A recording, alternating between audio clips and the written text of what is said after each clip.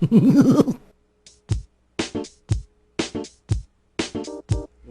to Game Chat with Bwana, your source for gaming news and reviews. Now, here's Bwana McCall.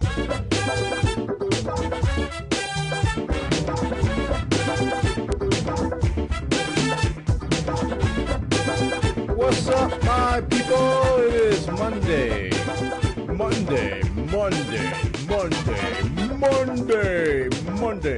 June 27, 2011. This is Game Chat with Bwana, episode 22. We're going to do Game Chat stuffs because that's how we do it here at live.bwana.tv or justin.tv/Bwana or twitchtv.com/Bwana.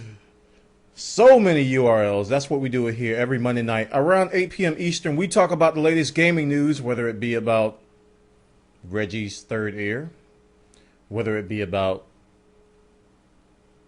Sony's new console that's unannounced, and I'm making up fake stories, so you can ignore this portion of the show and disregard everything I've just said. But we talk about the latest news, the last 7 days of all the gaming goodness that's throughout the web, and we try to find the cream of the crop. And we don't always find it, so I try my best with my sources. But as a backup plan, I give you guys the opportunity to post your links.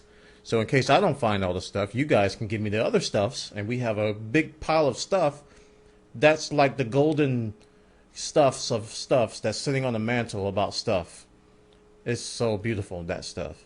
But here at Game Chat with Bwana, we have fun. We try to, because it's all about gaming, all about reporting to you guys what's going on in the gaming arena. So without further, we're going to talk about the latest gaming news in a couple seconds now. But before I do, I'm going to talk about the Tech Podcast Network. If it's tech, it's here. Go to techpodcast.com. Check out other podcasts like myself. Not quite like myself, but similar to myself, where we talk about technology topics. Normal Joes named Bwana and Bob and Billy and Tom. Just normal guys. Nobody's super famous. Just normal people who love tech and talk about tech. And we just came together and formed this community a while ago. I wasn't a founding member, so I can't take credit for it, but I was recruited.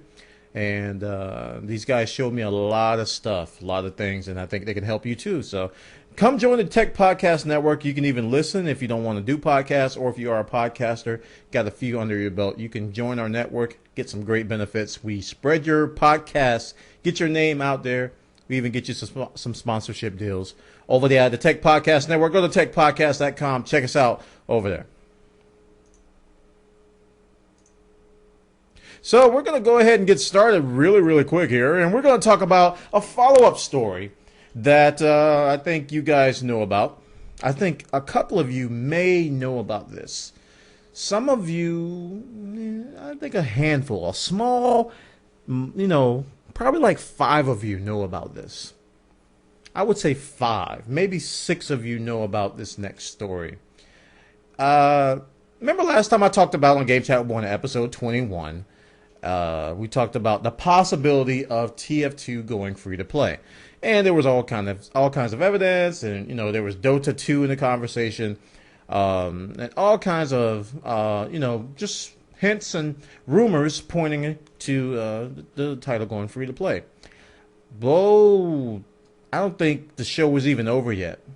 I don't even know if the episode 21 was even over yet, and Valve announced via a blog first that TF2 is essentially going free to play, and then they actually put it on their site, and the title is now absolutely free to play. Now, with every free to play title, you guys know from watching my podcast and hearing this show that there's always a catch with free to play titles. So what I'm showing you here is actually the frequently asked questions. I think this is the meat of what's going on. Basically, how it works is that Valve is positioning their Manco store as like the hub of going from free to premium. They have 2 tiers. They have a free account and a premium account.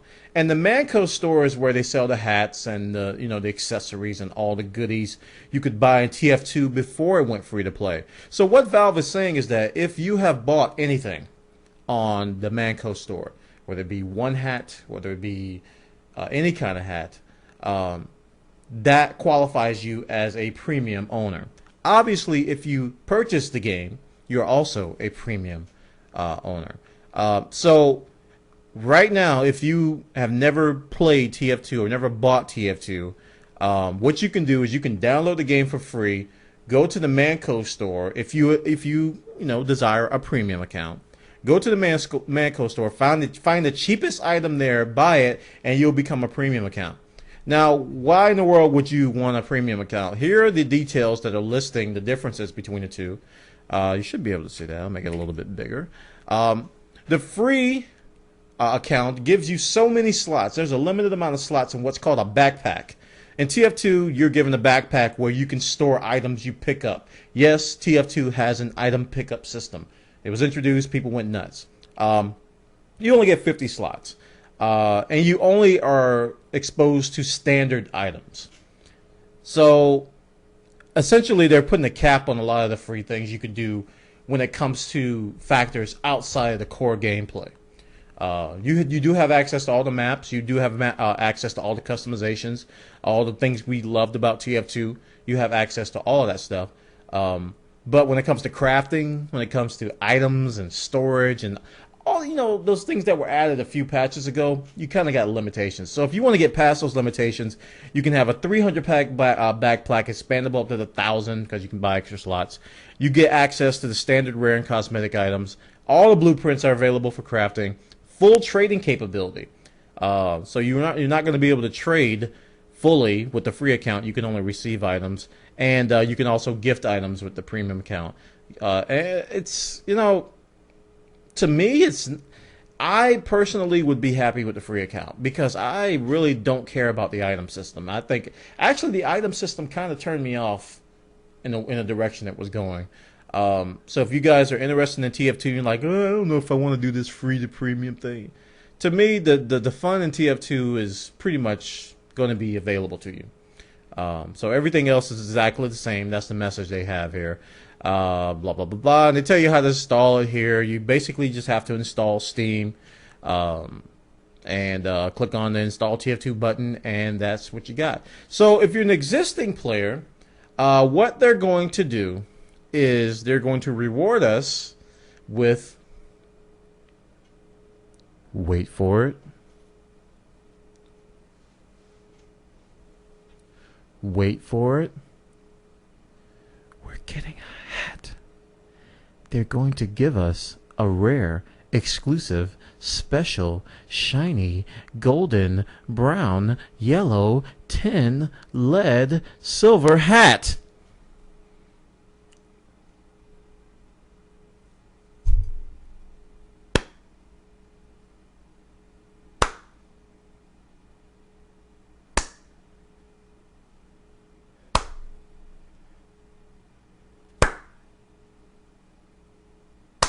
We're getting a hat, and it's called the proof of purchase, and it actually looks like an old-time war helmet. I actually checked it out. I think I checked it out on last Friday.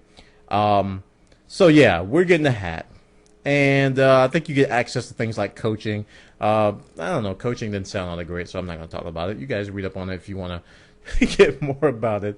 But essentially, yeah. It doesn't affect you at all if you bought the game. You're just going to get a bonus item for basically showing others that you purchased the game, and you can go that hipster route and say, man, I was a TF2 player before they went free to play. I played TF2 before there was even hats. I played TF2 before the heavy had the Sasha. Yeah.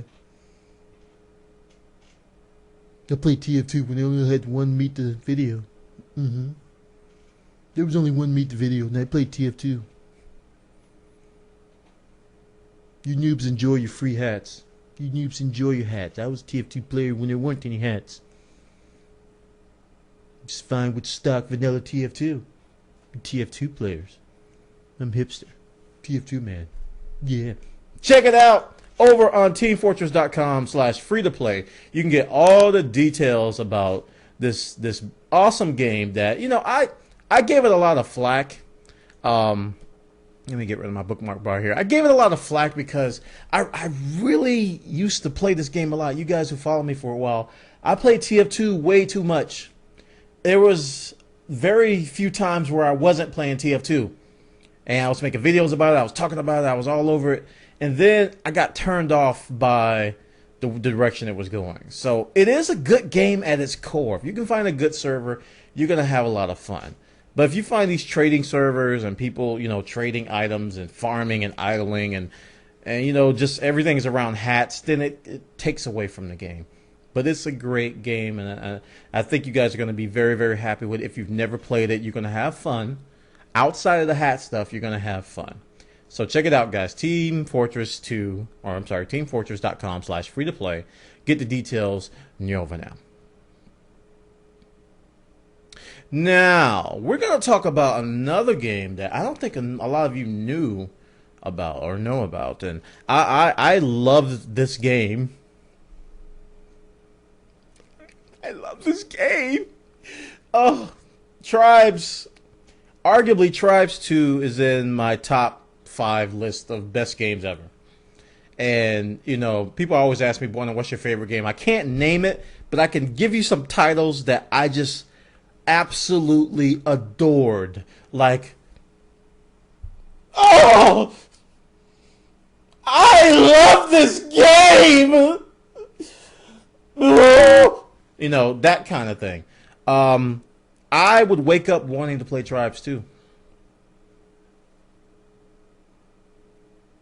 I would wake up in the morning going, Tribes. And I played it so much it hurt. Literally, my hands were cramping, and my eyes would be bloodshot red, and there'd be tears of happiness falling. Tribes 2 was a staple because it employed things like jetpacks, these huge maps, and the controls were great. The vehicles were arguably one of the best implementations I have ever seen in any game with shooters. Man, the vehicles were just like, yeah. And I was so happy to hear that they're going to be injecting more life into the franchise in the form of this title, Tribes Ascend, and then also an MMO title that's coming out later. But Tribes Ascend will be free to play. And this is going to be a new title that's going to be coming out very, very soon. I think it's going to be out before the end of the year. What they're going to do is they're going to emulate the League of Legends payment model. And I think it's very similar to what they do in Bloodline Champions as well. So it's a little bit different than Bloodline Champions. But they're going to be offering new equipment and new weapon loadouts as you progress through the game. So, and they're going to be catering to different specialities like stealth and assault. But, I'm not going to look too much into that right now because the details are going to be forthcoming. But I'm kind of excited for it. And those of you on Xbox Live, this kind of, this is something that you may not want to hear. There were some rumors that this might be coming up on Xbox Live Arcade, but since it's going to be free to play, there was a little doubt whether that's going to happen. But this quote from Todd Harris says that they're going to be focused on delivering Tribes Ascend for PC only. So, yeah, it is planned for this year. And this is definitely a game, it's free to play, so, anybody can play it. If your PC can handle it, you can check it out. Just like with any free to play game, it's always going to come down to the mechanics of, the buy versus the earn items. And, I hope they're going to do this correctly. I really love the Bloodline Champion system. It's one of my favorite free to play implementations so far. League of Legends does a great job with theirs as well. And if they're going to emulate that, I don't see there being a huge downside to getting this game. If you've never played Tribes, all right, so a lot of you are going to look at Tribes and think Halo. No, you should look at Halo and think Tribes. Yeah. Because Halo, to me, has a lot of elements that Tribes did, but I think Tribes did it 100 billion times better. The jetpacks in Tribes are actually jetpacks. They're not just little boosters. You will be freaking, you will be very high in the air, and the skirmishes you have with jetpacks are pretty freaking epic. I want to play again. check it out, guys. Tribes Ascend will be free to play, and you'll be happy. They have a gameplay trailer here, and you can get a basic sense. It really captures the essence of Tribes. I watched it and I was like, yeah, that really looks like Tribes. And hopefully they have some really good classes and gadgets and devices and vehicles for us to play with Tribes Ascend. Free to play, coming later this year. Check it out over on joystick.com.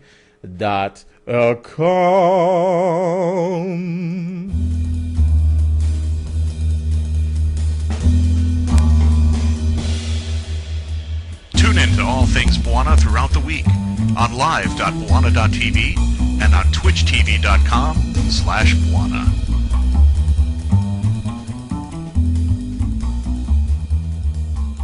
So we're going to move on to our next story, and this was kind of big in the gaming news, and it had to do with a lawsuit that has been ongoing for quite a while.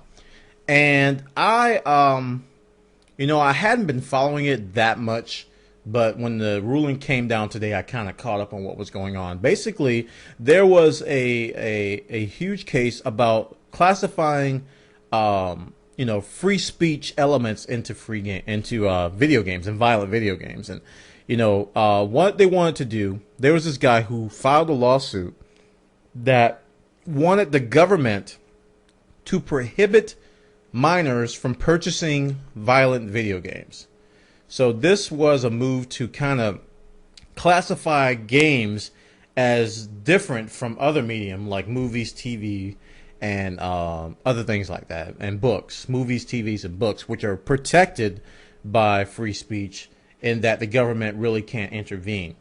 So what happened today is that the ruling was ruled in favor of the gaming industry, in that the gaming will be protected by free speech, and no longer will the government, or no longer, I'm not going to say no longer because they never did, the government will not have any hand in determining what games can be sold to who. It's a very touchy topic because, a lot of parental elements come into play, and a lot of things, and I really wish that parents out there would utilize the ESRB system and take it seriously. I think the movie industry did a great job with their rating system. I think everybody understands the movie rating system, where R, PG, PG-13, and all that. But I really think there is a lack of understanding of the ESRB system. And I think a lot of parents don't pay attention to that. And they buy these games for their kids, and they're not what they want the kids to be exposed to. And, that's none of our business, what goes on in other people's houses. That's none of our business. But I really think parents should be aware of that system so they'll know what they're buying their children. And the kids who are circumventing their parents, and I think that's what this whole thing was about, they wanted to cover that scenario where kids would go and buy the video games and basically wouldn't even go through the parents at all. And that was the motivation behind this. But there was a lot of a fallback that came with that, and I think there was a lot of baggage, and it would open the door for the government to do a lot of stuff with video games that a lot of gamers didn't want to happen. Without going into too much detail, that's what I got of it. And but the good news is that video games do qualify for First Amendment protection. So you don't. That, to me, that's kind of a good thing, because I really don't believe the government should be regulating that. I think the ESRB is probably the best thing to happen to gaming in a long time, and I'm sad that it's not being utilized more. Those ratings on the games make a big difference, especially a lot of you guys are young, you don't have kids yet, but once you have kids, you're going to be wanting to know what's going on in this game without having to go to a website and read read all these reviews about what's in it. You want to get a sense for what kind of content is in there based on a consistent set of principles, and that's the key. And ESRB's been doing a great job with their ratings. So check it out, guys. This is on multiplayerblog.mtv.com, but this story is all over the internet. Even if you go to Steam site actually had a big thing about it. They were celebrating it, basically quoting what the judge said, and it was going to be, if that would have went the other way, we would have saw a lot of new laws surrounding games and how they're sold. So I hope, and if you're watching this, I'm not even talking about this story now, but if you have kids out there, guys, and you really want to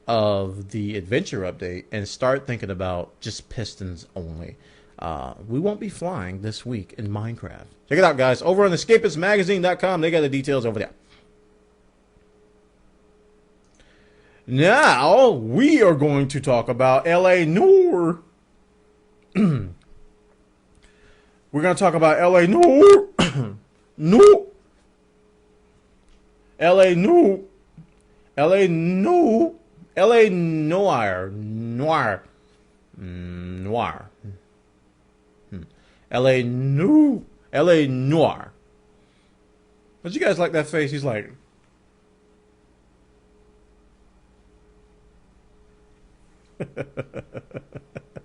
LA Noire has been announced for the PC.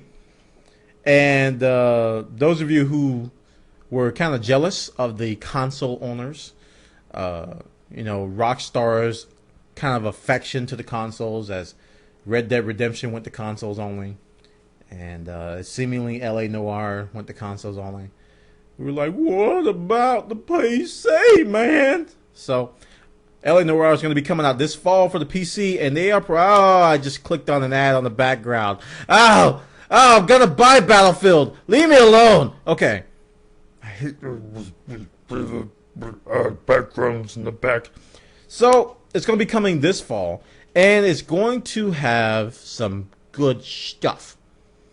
And it says, along with increased fidelity and improved graphical enhancements, the PC version will feature 3D support for an even greater sense of interaction and immersion with the painstakingly detailed 1940s Los Angeles. So if you thought the graphics were good on the console, just you wait. Just you wait, man. Oh, just you wait. The PC version is going to be pretty, and this troll face is going to be trollier than troll. Oh.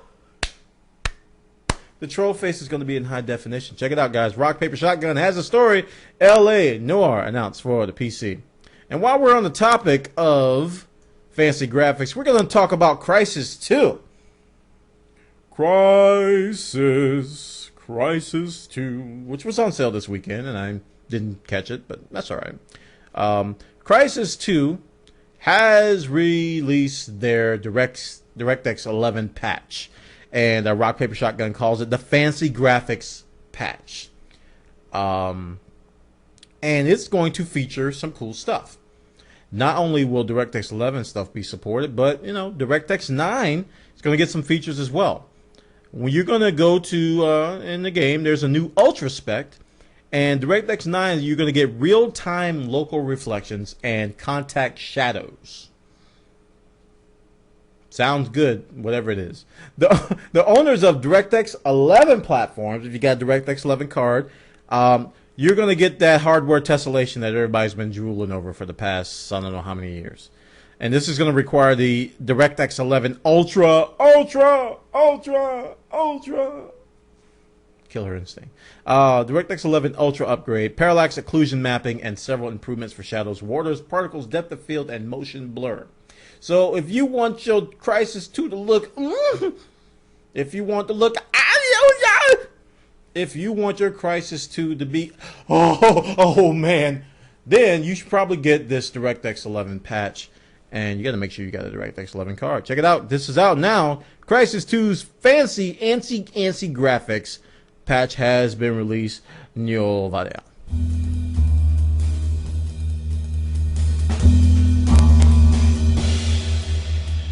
Join us for Community Night, Friday nights at 8 p.m. Eastern Time on live.bwana.tv and on twitchtv.com/Bwana. Okay, we're going to move on.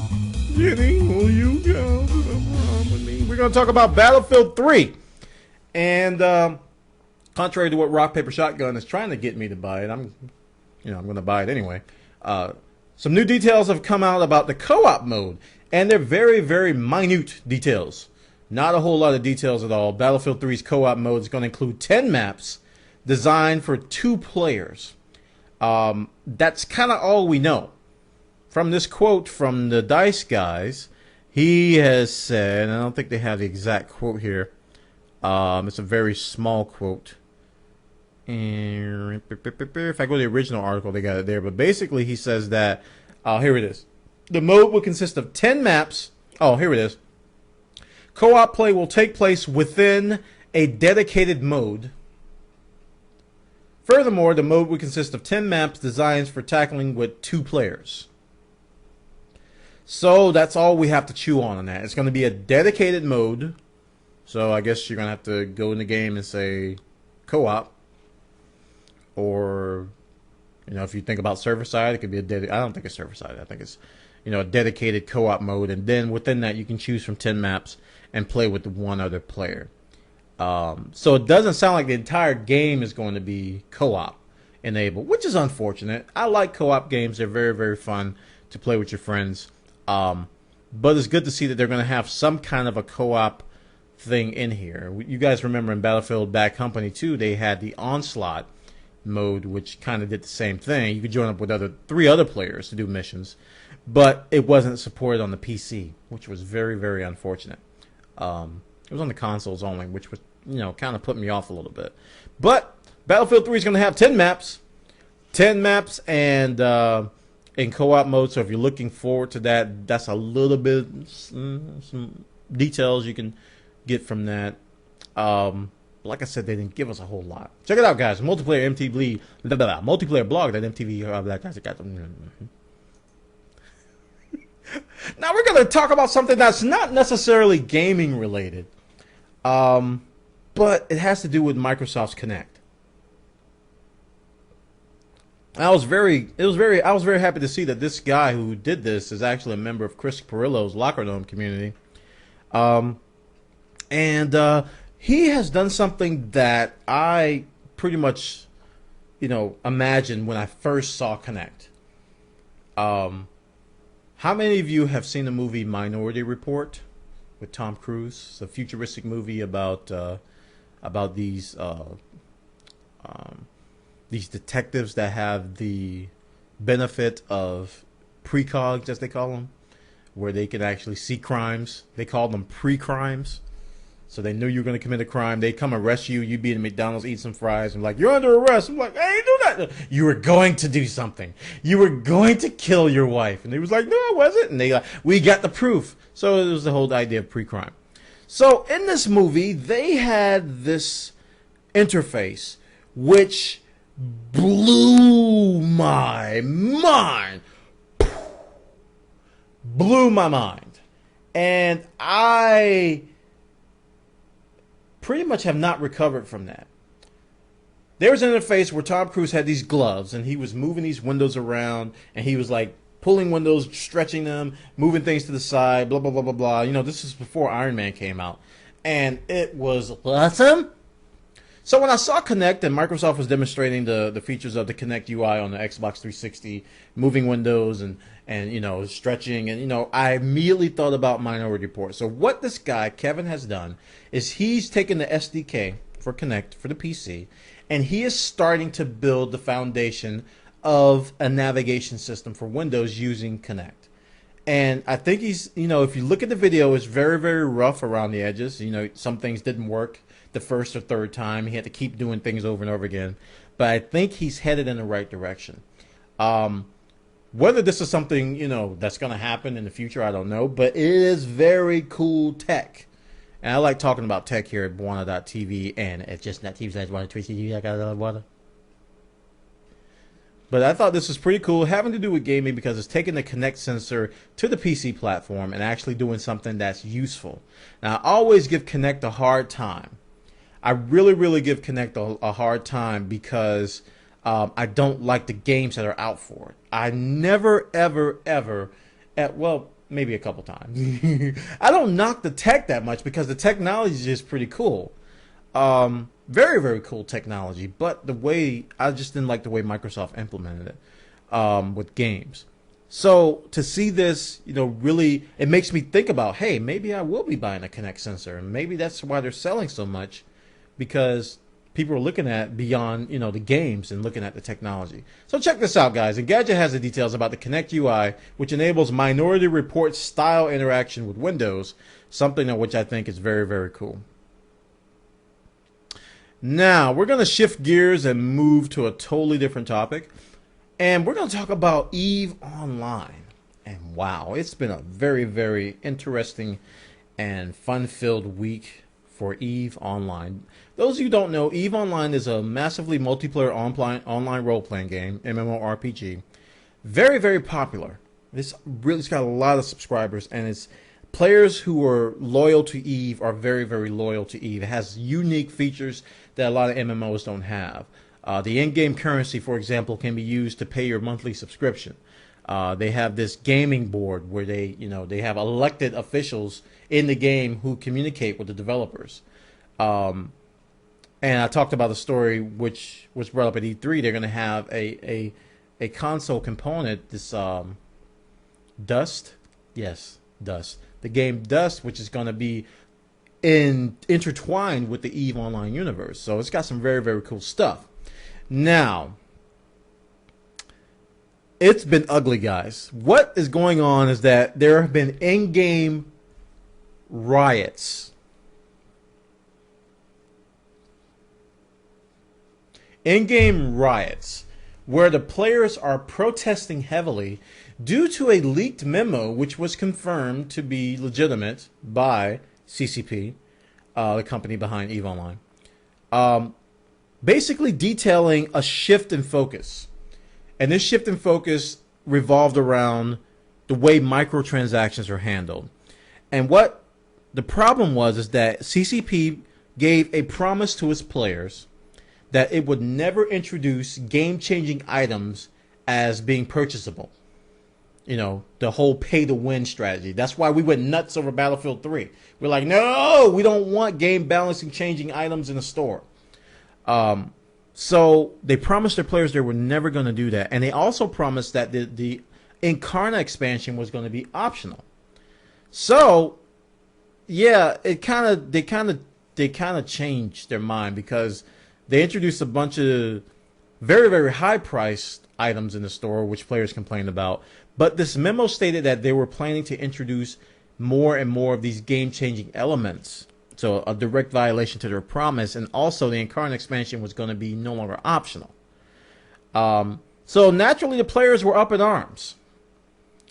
The players were up in arms about this whole idea, and they didn't like it. So they proceeded to riot, and over the past weekend and throughout, I think, the end of last week and the weekend, they have been bombarding these statues, which are essentially on fire. So it's kind of like a riot. And it has been locking certain trade stations. I think they're called trade stations in the game. One of them is called Jita, Jita, and another one is called Amar. And they're essentially capping these areas, so it's kind of crippling the game. And they've been doing it nonstop. I have never in my life seen anything like this. And it kind of speaks to the EVE Online community, how they think, how they perceive the game. They're very loyal to this game. People love EVE Online. If you look at EVE Online and you see the feature set, I was thinking about trying it until this happened. It sounds very, very involved, but yet rewarding. Especially if you got a good economy in the game, you don't even have to worry about your subscription fees, because people have told me, hey, you can pay your monthly subscription with the in-game currency, which I thought was pretty cool. But yeah, this is a bad thing. Riots in EVE Online against microtransactions and forced Incarnate expansion. This is over on mmodata.blogspot.com. It's all over the web. Check it out, guys. And as a follow-up to that, we have seen your riots. We have heard your complaints. Perhaps we should rethink this item. Perhaps we should rethink this subject. Let us come together and negotiate. I love this picture.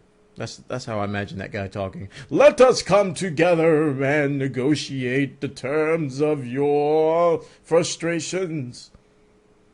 Perhaps we can come to some sort of agreement that will make both parties happy. Yes. Anyway, EVE Online Dev is rethinking this whole thing.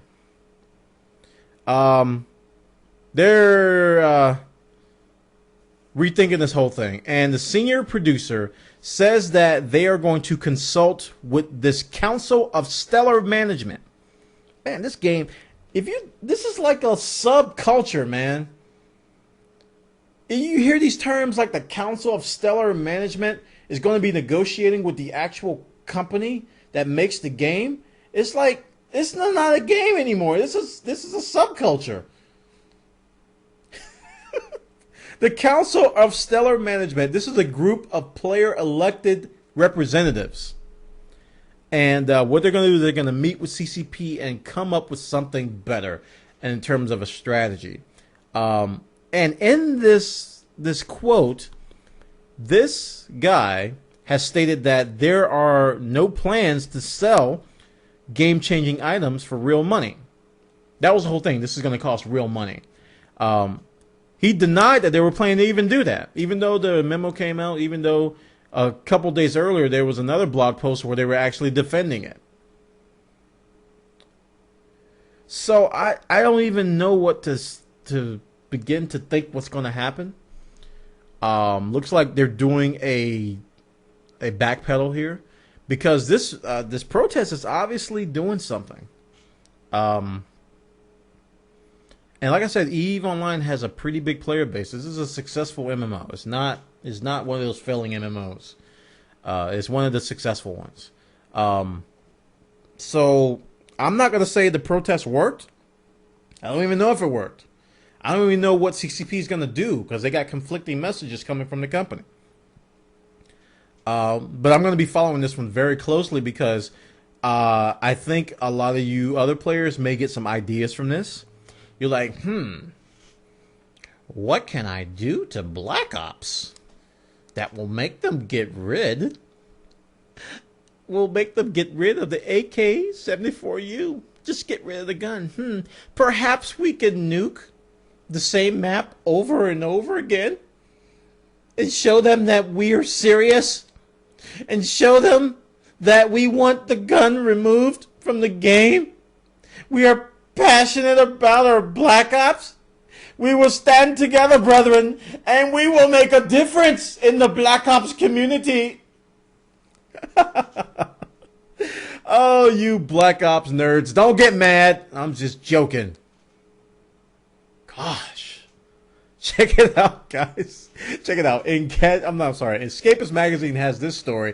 This is a very, very, very interesting just the whole idea of there being a subculture evolving from a game is actually kind of scary in a bit, you know. Some of these, I watch a lot of anime. Do those crazy animes where, stuff like this, like turns into this giant mech warrior that comes out of a virtual game into the real world and kills everybody, and a little teenager saves the world. I watch too many of that stuff, so my imagination is jumping in that direction. check it out, guys. Escapist Magazine has the details over there about this whole thing that's going on. Game Chat with Bwana is recorded live before a worldwide audience every Monday night. You can participate by suggesting news stories. Just register an account in our forums at bwana.tv/forums. Oh, you guys are saying .hack? Oh, I wasn't going to say the name. I wasn't going to give them free advertisement. The .hack is definitely one of those popular animes where MMOs kind of intertwine with real life. But I'm not going to talk about that. We're going to move on to another MMO story. Oh, sad day. Sad, sad day for Star Wars Galaxies. Star Wars Galaxies broke my heart. So hyped for it, and it failed me. Sony is shutting it down, guys. They're shutting it down. Star Wars Galaxies has officially failed. Not even going free to play. getting shut down completely. So also the trading card game as well for Star Wars Galaxies. So check. This is going to happen at the end of December, end of the year. So yeah, if you still play Star Wars Galaxies, if you're one of those people, I like Star Wars Galaxies. I really think they should keep going with the direction that they're in, because Star Wars Galaxies is a great IP that I think Sony is actually doing a great job with, and I think that my friends, if you can get your friends to play with us, we can revitalize the community and actually make Star Wars Galaxies the Star Wars universe that it was meant to be in the beginning, because I think Sony and everybody involved is actually doing a great job with the game, and I want everybody, yeah, let it go, man. Let it go. Just let it go. It's dead, Jim. Quoteth Bones on Star Trek. It's dead. Oh, boy. Hey, but you can look forward to SWTOR. The Old Republic's coming out soon. So maybe they will do the Star Wars universe right in MMO fashion. Yeah. But I think SWTOR was kind of the nail in the coffin. I think Sony realized that once SWTOR comes out, nobody's going to play Galaxies anymore. Nobody. Except for that one guy who believes that Star Wars Galaxies is actually a better game than Star Wars The Old Republic, because Star Wars Galaxies takes into account certain elements that Star Wars The Old Republic could not possibly even implement, because I believe that it's going to be one of those games that's going to cater to a certain playstyle that's not necessarily in line with the Star Wars universe, and I think Sony actually has a handle on what's going on because they work with George Lucas, so that guy's probably still going to want to play. But, everybody else probably is going to be moving to SWTOR. So, yeah. Sony's shutting it down, guys. Check it out. Got the details regarding this particular story over here on slashdot.org. Very old site. I still read it from time to time. Or old site. I read slashdot from time to time. Now, while we're on the topic of Sony, we're going to continue along that vein. Sony has apparently learned their lesson. This is kind of one of those dumb moments, but you would be surprised at what the whole R&D process. You know, some of us think that a lot of these devices are made with a fixed budget in mind, with a price point in mind, and all this stuff, but that's not always the case. I mean, sometimes the ambitions get a little bit higher than reality. And we saw that with the PlayStation 3. When the PlayStation 3 came out, Sony was very, very ambitious in their hardware. Very, very ambitious. Really calling it the most powerful machine on the most powerful machine in the Gamma Quadrant. It could travel 70,000 parsecs in 7.8 minutes. I have the death sentence on 12 systems. I don't know where that voice just came from, but you know, they were really aggressive with the hardware components of the PlayStation 3. Blu-ray diodes, very, very expensive when they came out. The cell processor, not the most cheapest thing in the world. All these different architectural decisions that weren't cheap, and as a result, they had to release the PS3 at a $600 price point. $600, and that was a big turnoff back then. People didn't think the PlayStation was actually worth that amount of money. And it didn't sell well as a result. Now, over time, that has changed. As the prices come down, people are adapting to it, and Sony, is gaining momentum.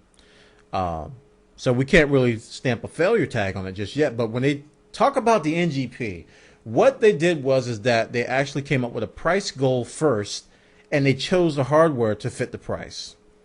Which I think some of us think, well, doesn't everybody do that? And I'm going to say, no, they don't. Everybody doesn't do that. They don't do that. They have an idea of what they want the price to be. R&D comes up with some tech, and they go, well, how much is this going to cost? It's kind of that kind of thing. It's like, here's a demo of a device, and then they ask the question, well, how much is this going to cost? How much does that cost to make? Then the price comes up after the development. So in essence, the price was chosen up front, and the hardware was kind of fashioned around that, which I think is a smart way to go. And a lot of companies really can't afford to do that. Not only because of the technology that is involved, but you need some expertise. You know, you want to get the best out of what you can do. And if you got a $250 cap, you might be losing money. You might be losing money on the R&D. You might be researching for 75 years trying to get that done, and by the time you get it done, it's going to be past your window. But kudos to Sony for doing it right this time. I don't know how they did it with the PSP. Why am I calling it the NGP and not the Vita? But I guess, yeah, when they were developing it, they settled on the price of $310 as a first step, and then went to choose the hardware to go inside of that price. So kind of a $300 cap. Since it was called NGP back then, this is the PlayStation Vita now. But check it out, guys. Slash Gear has a story over there about that particular story. And our final story today is we're going to talk about Infamous 2, a game that I desire but I haven't purchased yet because I really, really, really like the first one. It's now available on PSN as a full game download. The game hasn't even been out a month yet. And I don't recall Sony doing this for other titles. If they have, you guys can please correct me. But I don't recall a game going full download this close. Now I think back to Warhawk, but Warhawk was kind of a download only title. I mean, the idea behind Warhawk was that they were going to sell it on PSN, only, and that was the idea. I'm having a little bit of a history moment here, but this game has barely been out, not even a month yet, and it's now going to be available on PSN as a full game download. And the temptation just jumped through the roof. This is brilliant, guys, because I was tempted to buy. I'm tempted to get this game. But, to follow through with that temptation, I would have to drive to GameStop, or I would have to, go to Amazon.com and commit to an order on there, wait for it to arrive. You don't have that instant gratification, that you get when you do these impulse buys. But this, you could just go to the PlayStation Store, boop, boop, boop, boop, boop, boop, couple taps, and boom, you got Infamous 2 downloading. All 15 gigabytes of it. Yeah, 15 gigabytes of Infamous goodness. I really think this is a great idea. If Sony does more of this, they're going to make a killing. Especially, the time frame is like perfect. Just as the hype of the game is dying down, just a little bit, and nobody's really talking about Infamous 2 that much, boom, put it on PSN. So people go, hey, Infamous 2 is up there. If I wanted to, I think they have a full game trial. Yeah, if you are a PlayStation Plus member, which everybody is pretty much now, because I don't think the month is up yet, you can play 60 minutes of the game for free. So you can download the game and get tempted and say, wow, this is actually a good game, and go, all right, okay, I'm going to buy the whole thing. And, it's brilliant. So I think Infamous 2 is going to succeed because of this. I think it's a great idea. Sony should do more of it. Xbox Live should think of doing this sooner, because they got full games up there as well. But this time frame is very, very, very, very quick. So check it out, guys. This is over on the blog.usplaystation.com. They got the details over there, and that concludes our stories for the day. Now we're going to move on to our next segment, which involves our stories that you guys have submitted to me. Tune in to all things Bwana throughout the week on live.bwana.tv and on justin.tv/Bwana.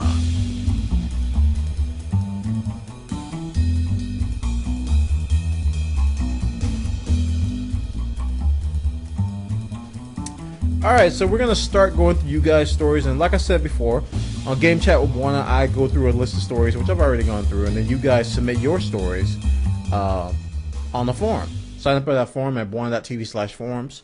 And just look under the Bwana TV section. You'll see our Game Chat with Bwana episode 22 links.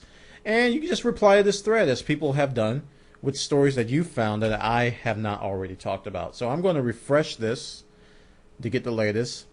And looks like KD Studios wants me to talk about lulsec, and I'm kind of avoiding lulsec because I think they're getting too much attention. And I'm gonna close some of these tabs here just to make so I don't overload my computer here. Lulsec is done. That's apparently the story that he's posting, and they've said that their 50-day tirade is over. They're not going to do it anymore, and then they release some data to celebrate. I even saw a related story where a rival hacker actually divulged all the details of the members of lulsec, save only 2. I'm talking details, super details. So that might have been a motivational factor. I don't know. But it's getting old. I'm tired of it. It's disgusting. It's sickening. It's nothing to really be happy about with it. It's one of those stories where you just shake your head and you go, that's just dumb. So the whole idea of what they were doing really, and the guy who released the data came up with a great point. He's like, all these guys were doing they were searching for sites that were vulnerable to this SQL injection exploit. It was like the same a certain handful of SQL injection exploits that apparently a lot of people are vulnerable to, and they were just doing it everywhere. Yeah. So I don't know. The good news is that people are getting serious about security now. That's about the only good thing that came out of it, but I don't even. Anyway, check that story out. Let's move on to TechNiffin's story, which he has 4 here. And it says 10-year-old Duke Nukem Forever pre-ordered honored.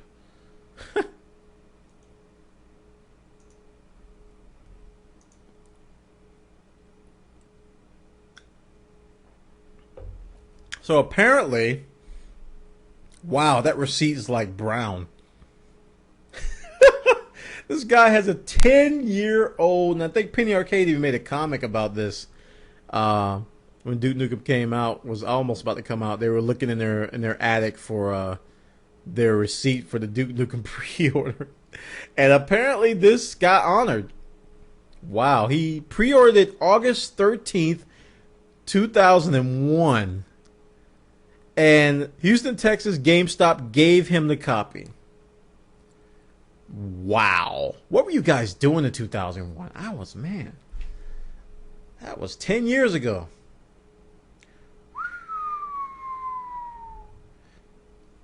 I bought my first Mac in 2001.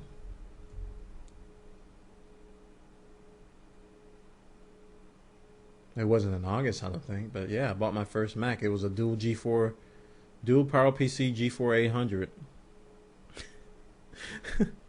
one of those Quicksilver boxes. Wow, 2001. This is pretty old, and he actually got swag as well. He got a whole bunch of shirts and mugs and gear and all kinds of cool stuff.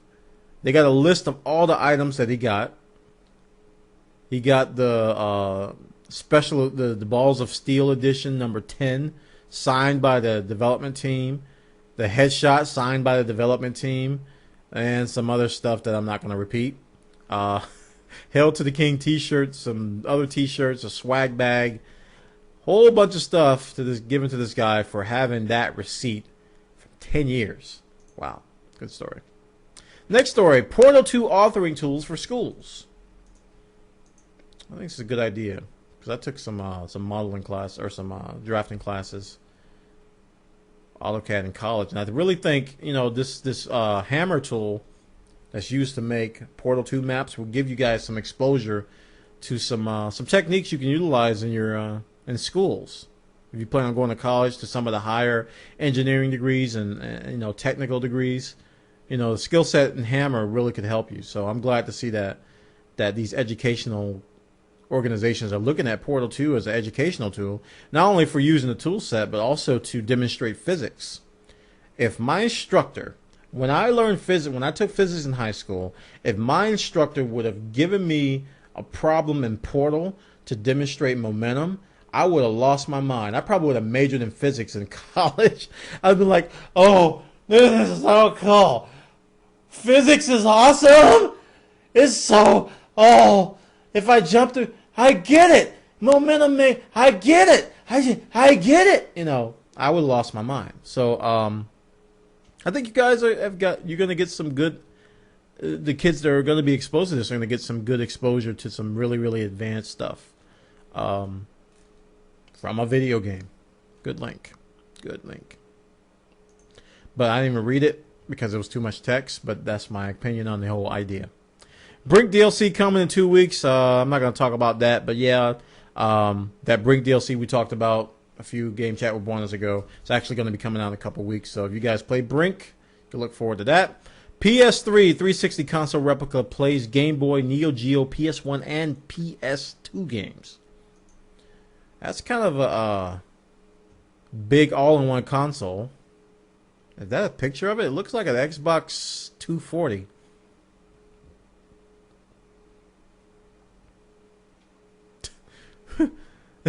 This arcade game box. But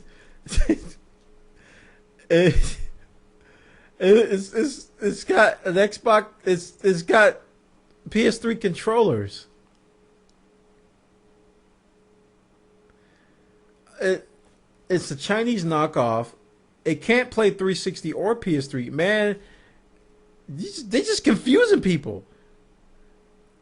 It can play Game Boy, Neo Geo. Wait a minute. They crossed out PS1 and PS2, so I guess it can't do that. And many arcade games. So this is pretty much a PC emulation box.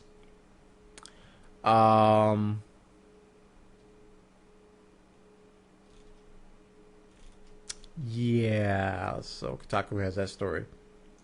Thanks for the link. Okay, Atlas says Star Wars Galaxy's closing December. We covered that. Kados, Guild Wars 2 Underwater Combat. Ooh, we like to talk about Guild Wars 2 because Guild Wars 2 is going to be awesome. So Guild Wars 2 has full-featured distinct underwater combat, and we've played it. PC Gamer has played it.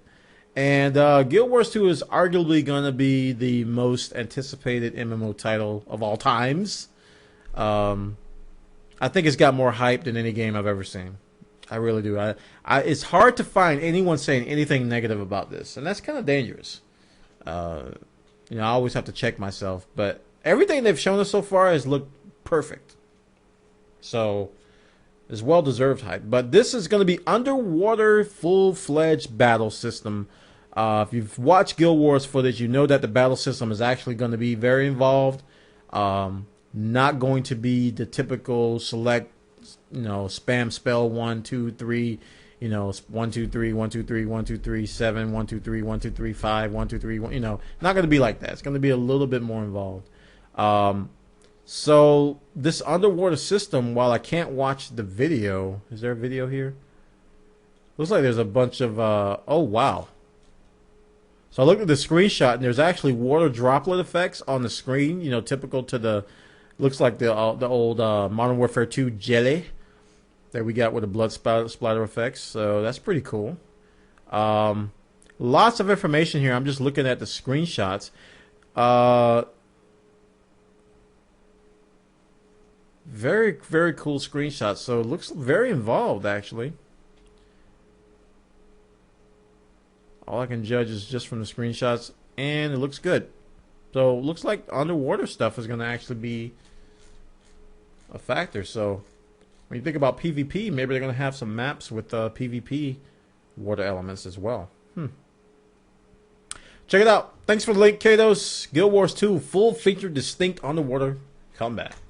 Nice stuff. Hellgate Open Beta coming out. Now, this is actually kind of cool because I had an urge to play this.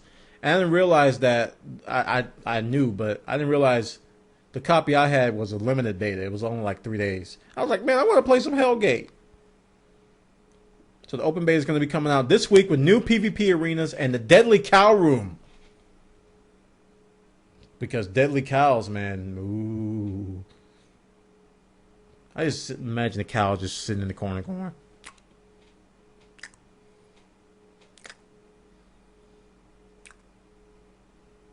I'm gonna kill you.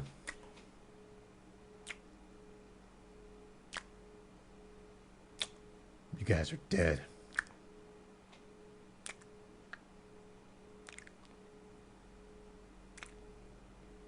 Noobs. The Deadly Cow Room. So that cow's actually pretty deadly. But Hellgate London is going to be coming back as a free-to-play MMO for those of you guys who didn't know. It was a short closed beta earlier this month, and I actually liked it. I got some really strong... It took a little while, but I got really strong Diablo vibes from it, and it was obviously made by some of the former developers of Diablo. So, yeah, if you play Diablo, you're going to like this game. Play and like Diablo, you're going to like this game. Now, some of the free-to-play elements you may not agree with. There's going to be... I don't think they're going to be transferring all the information from the original Hellgate London. So if you got a decked out character on Hellgate London, I don't think they're going to import everything. So we'll see. I think APB has similar issues, but they did allow you to import at least your customizations, if I recall correctly. But this is going to be coming. I'm looking for a date. Here it is. This Thursday. Wow. I didn't talk about it, but you know the Uncharted 3 betas this week as well, guys. I need a clone. I'm thinking of watching that movie Multiplicity again. Look at that guy's technology. Hi, Steve. This Thursday, June 30th, open beta is going to be kicking out. You can sign up at the Hellgate site, hellgate.t3fund.com. Yeah, the Uncharted 3 beta starts tomorrow. Uncharted 3 beta starts tomorrow, so that's, kind of already booked for me, even though I don't realize it. So thanks for the link, Kados. Next one is Fish Twit. Fish Twit submitted video games expected to drive 3D mobile phone sales. Interesting. 3D mobile phone sales. I remember a while ago reading about certain 3D mobile phones, and I think we were comparing it to the 3DS at the time. Yeah, that's what they're talking about here. With the screen that doesn't require glasses, essentially. But, let's see. Blah, blah, blah, blah, blah.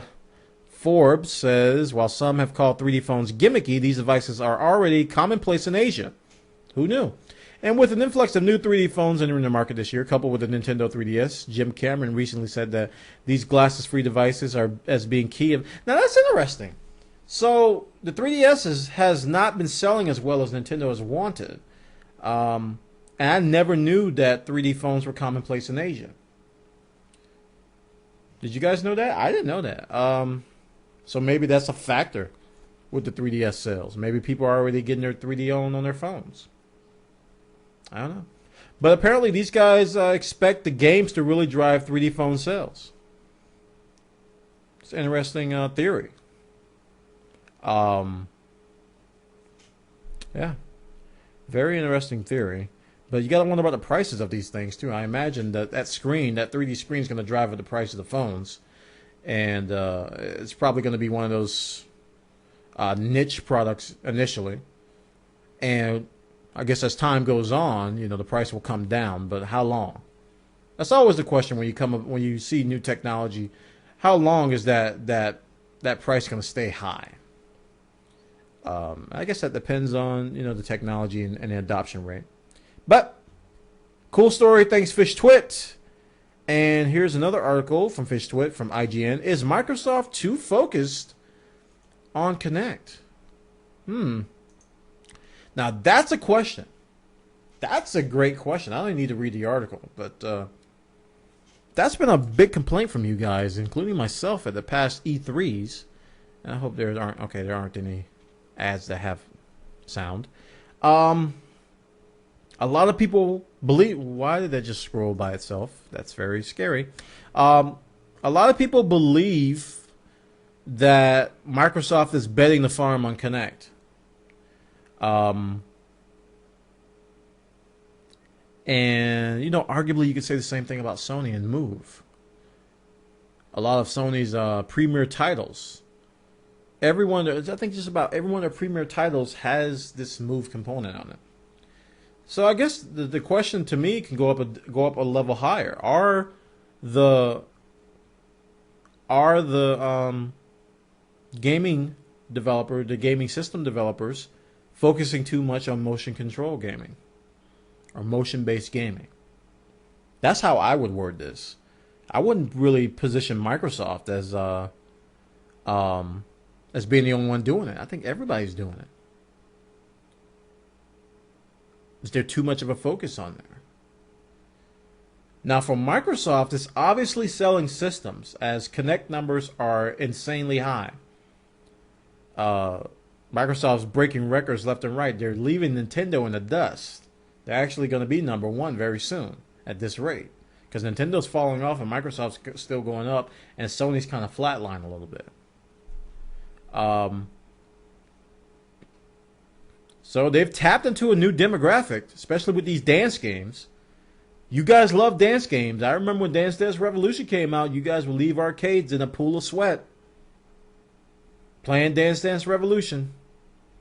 You love your dance games. So Just Dance and the other dance-based games from Ubisoft and other companies, very, very popular. So, yeah.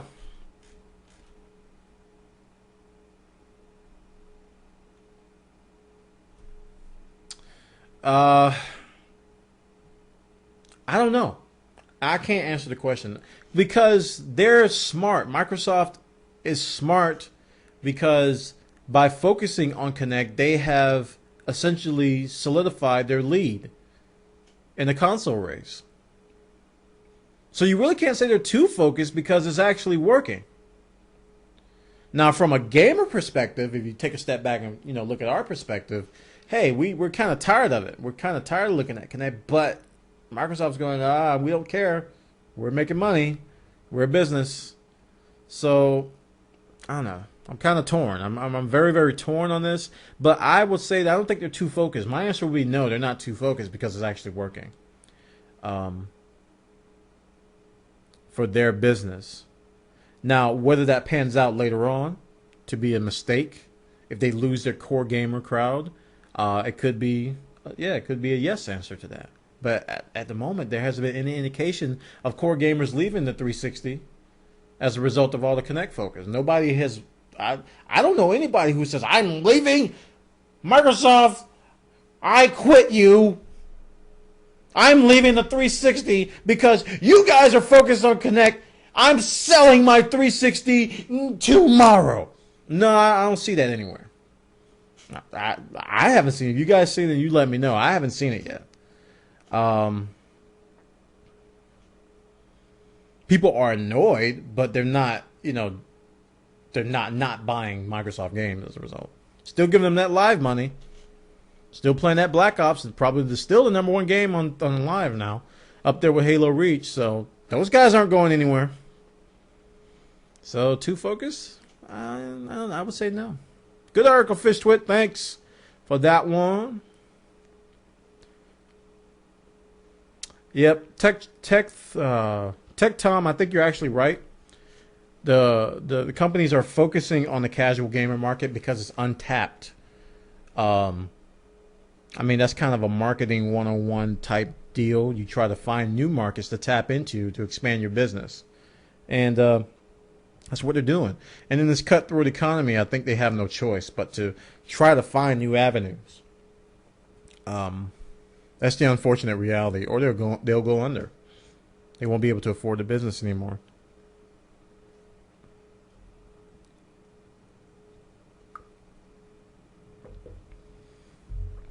All right, we're going to move on to Emeraldale stories. Elder Scrolls 5 Skyrim pre-orders get bonus map. Will Skyrim use games for Windows Live? Oh, I loathe games for Windows Live. I loathe it. I can't stand it. I don't know why I'm talking this way, but all of a sudden when you mention games for Windows, I really want to destroy all human life on the planet. Therefore, I must talk like this. Elder Scrolls 5 Skyrim pre-orders to get bonus map. I really hope it doesn't get it, but I hope it doesn't use games for Windows Live. But pre-orders, you're going to get a bonus map. Let's see what this map is. Ooh, it looks all Lord of the Ringish and old and medievally. I'd hang that on my wall. The map is listed as premium quality, but will it be made of cloth? Perhaps sheepskin. Sheepskin maps. Bah. Cloth maps on average 50% more caressable and adventure-y than paper and plastic ones. These guys, PC Gamer rocks. I love making up words like that. Adventure-y. You'll find a picture of the map below floating in a gray void. Blah, blah, blah, blah, blah, blah, blah, blah, blah. Now, I don't see any... Oh, here we go. RPS commenter JFS spotted what could be the Games from Windows Live logo on the PC box of the game. Oh, yes, there it is. Games for Windows Live. Ah.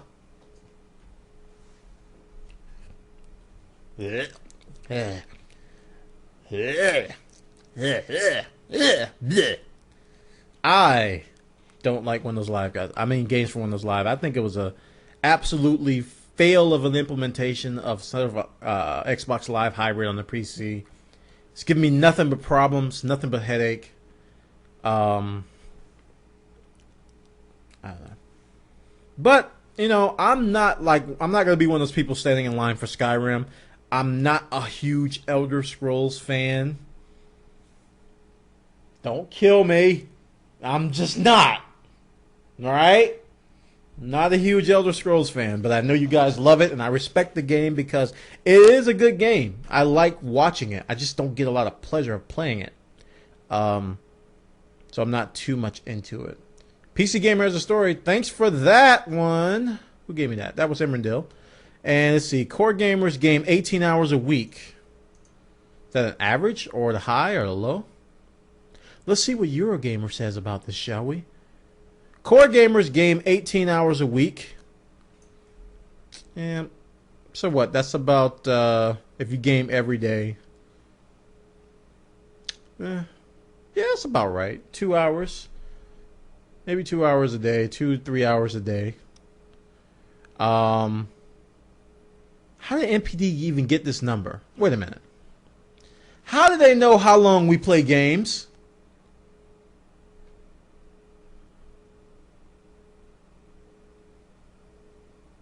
Digital gamers spend 16 hours a week gaming and bought an average of 5. How did they know this?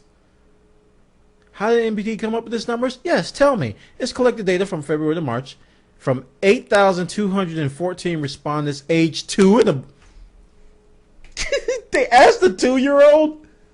Wait a minute. You guys are talking to 2-year-olds. Hello, Jimmy. Hey.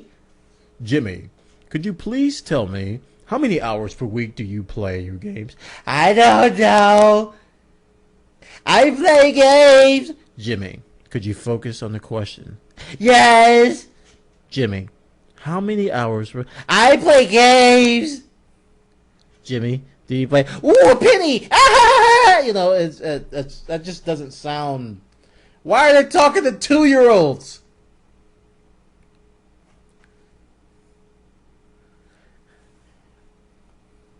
Sally, how many hours a week do you play games? 7. 7 hours a week, huh? 12. 12 hours a week? Is it 12 or 7? 6. Is it 7, 12, or 6? 50. I just don't see that going well. I just don't see it going well. It defines core gamers and digital gamers. They don't say how they define them. I don't understand what's the difference between a core and a digital gamer. I guess these are gamers that buy games online, or I don't know. I guess I guess the core gamers play analog games, and the digital people play digital games.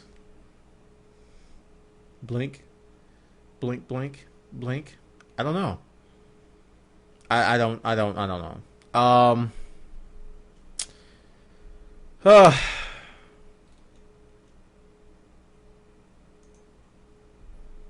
Good story, man. Thanks, Emrandil. So, EA to acquire PopCap Games for $1 billion. Here's the last donut story. EA to acquire PopCap Games for $1 billion. Was this? Yeah, this. Oh, this was a week before last. Thursday. Okay, cool. So yeah, EA has been rumored to acquire PopCap Games. And I haven't seen anything definite on this, but it did come out last week. $1 billion for PopCap Games. That's a lot of Bejeweled. Yeah, PopCap Games is very popular for their mini games. I believe Bejeweled is one of the ones, and they have all these little casual games that people love, make a lot of money. It's not Bejeweled. It's is it Peggle? I think they make Peggle too. Peggle's one of my favorite games. So here it is. They got the list right here: Plants vs Zombies, Bejeweled, and Peggle. $1 billion. This is reportedly more than 10 times of their yearly revenue, so that doesn't really make a whole lot of sense. So I don't know. I guess EA is trying to get their arm into the casual gaming market and to get PopCap Games. Maybe a way to do that. Check it out, guys. Good link, last donut. And let's see, Forza 4 limited collector edition packs, exclusive cars, 96-page Top Gear guide. I'm gonna skip that one for now. Actually, let's look at it. Let me see what this looks like as I refresh. I'm gonna look at this because we're at my goodness, 1 hour and 21 minutes. I need to wrap this up. Why did you guys tell me I was talking for a freaking hour and 21 minutes?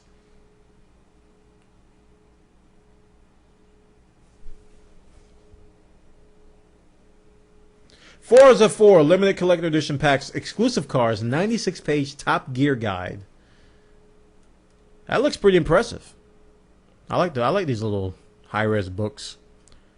It's coming out this October, a 96-page photo book, no less than 4 bonus card packs, vinyl stickers. Ooh, who doesn't like stickers? Yeah, an exclusive BMW dashboard theme, and a special recognition in Forza community. As far as the cars go, the VIP grants 5 of the world's fastest and least pronounceable cars, including the Lamborghini Gallardo LP570-4 Superleggera and the Bugatti Veyron Super Sport. Your garage will come in stack, blah, blah, blah. So you get a lot of stuff for this, including a 96-page gallery. A 96-page gallery. This is crazy. Very, very nice. Thanks for the link, man. I'm glad I looked at that. Forza 4 limited edition pack. And our final story from Q-Master. There is no Smash Brothers on the way at the moment. Yeah, I think I read this. Apparently, the gist of this is that Smash Brothers is a long way off. So those of you who were hoping for a Wii U version of the Smash Brothers to come out soon, here's a quote. "We've got no plans whatsoever. We've got 2 new games out in the open where there's no extra time to work on them at all. It makes me cringe. And I'm not sure it's the smartest thing to make gamers wait for several years, but the early announcement was made chiefly in order to attract new team members." So they haven't even started. It's not even on the drawing board yet. So yeah, if you're looking forward to a new Smash Brothers next gen, it's probably, if they haven't started yet, I think it's at least 4 to 5 years away. That's just my uneducated opinion on that. And that concludes, I think, that may actually conclude. Yep, that's all the stories we have tonight.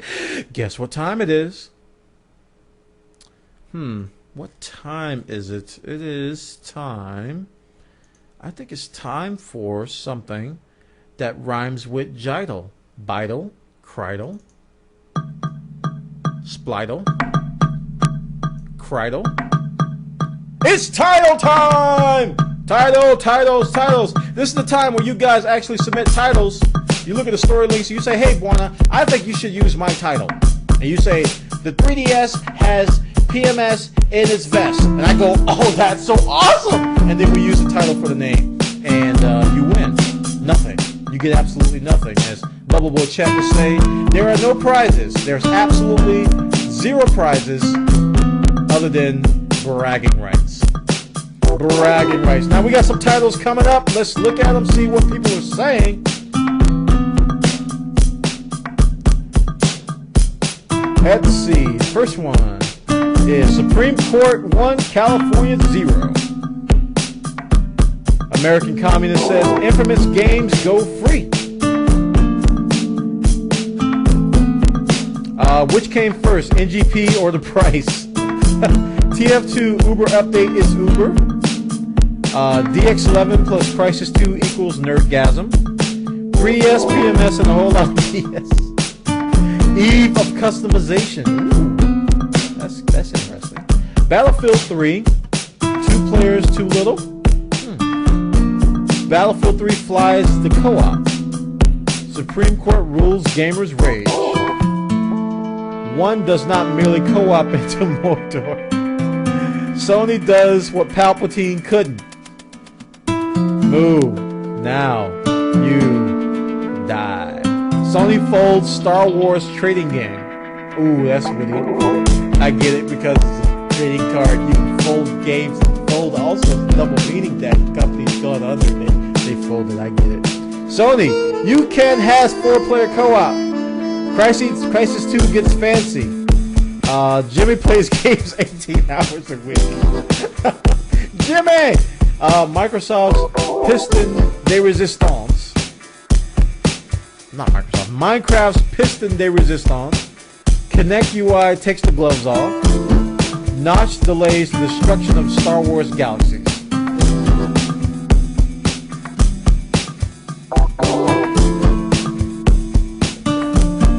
Man, Fishtway has a lot of titles, guys. I don't see hardly anybody else. I see Katos has a couple. Jade and Mine in the Box. No, Mine in the Box says have you had your ride today? Q-Master says sorry, you can has no flippy up. Hack, sadness, and freedom to the nerds. Okay, looks like the titles are slowing down, so I'm gonna have to pick a few that are actually the cream of the crop. So I'm gonna pick 3 of them, and then B George is gonna set up the poll, and you guys will be able to vote once he says start. So let's see. Let's look over these titles here.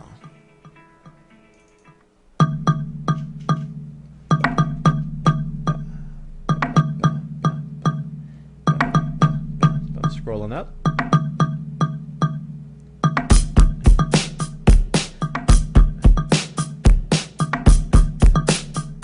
Let's see.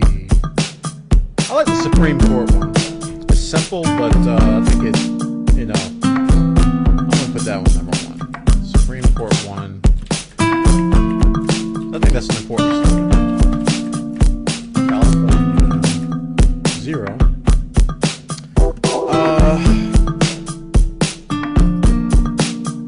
Let me throw these in Notepad first, so they'll be all together. I'll find them all. The second one is going to be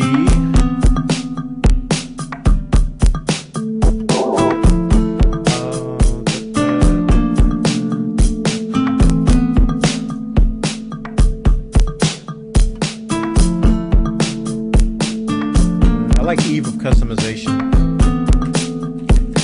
Eve of Customization. And the third one is going to be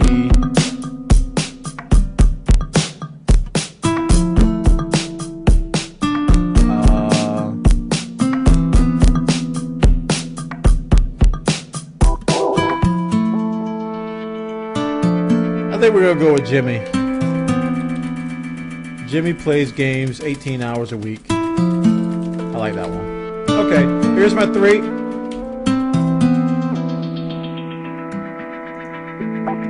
What happened with League of Legends? I just vaguely saw somebody come in here and says, "You're supposed to be on Skype."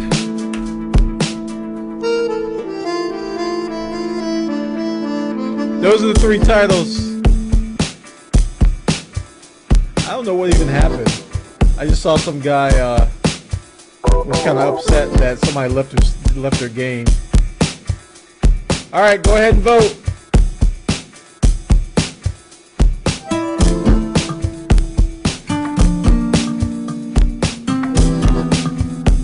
You guys want me to change it to Little Jimmy? All right, I can do that. Little Jimmy.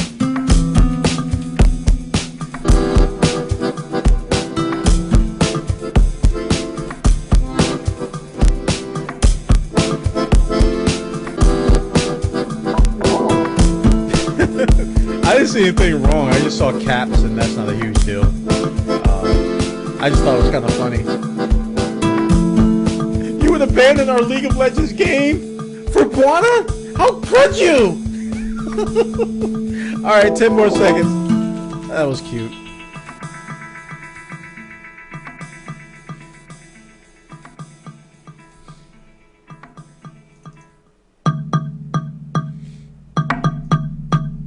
All right, poll stop. We're going to see the results here. See who won the title this week. All right, Little Jimmy. We're going to change it to Little Jimmy, if that's okay, feeling fat. I think that's your name. Little Jimmy plays games 18 hours a week. That's going to be our title this week for Game Chat with Bwana, episode 21. Congratulations for winning the title. You would win absolutely nothing but bragging rights. Bragging rights. Rights. Bragging rights. And folks, that concludes our episode this week of Game Chat with Bwana. I want to thank everybody for coming by this week. We do this every Monday night that I can. I'm going to say that I can because we don't do it every Monday. We do it Mondays that Bwana can do it. But stop by. Follow me on Twitter. Twitter.com/Bwana, and I'll let you know most times that if I'm going to cancel. Twitter.com/Bwana. Follow me over there. Or at Twitter.com/Bwana Live, all one word. And you can know when I go live. You get notified on that special Twitter account when I go live. Because every time I go live on Justin.tv, I post a tweet telling you what I'm playing. So we not only do a podcast here, we actually do play games and other things like that. So come over to twitchtv.com, and which is the new Justin.tv. Those of you who are confused, who go to Justin.tv/Bwana and it redirects you to Twitch TV, don't be alarmed. It's the same company. Twitch TV is run by Justin TV. It's a rebranding of the gaming section of Justin TV called Twitch TV. So a lot of the features are going to be there. You don't have to recreate your account or anything. So all that's going to move on. So thank you everyone for coming by.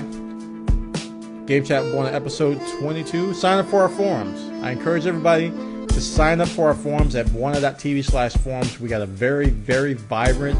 I hadn't checked my forum messages for like a day, and it was just like 5 pages of forum posts. People were constantly posting on our forums, so sign up for our forums over there. We got a great community. All right, guys, that concludes episode 22 of Game Chat with Bwana, and I will see you all next Monday. Have a great week. Happy gaming, and don't play too much Uncharted 3 beta. Bye-bye.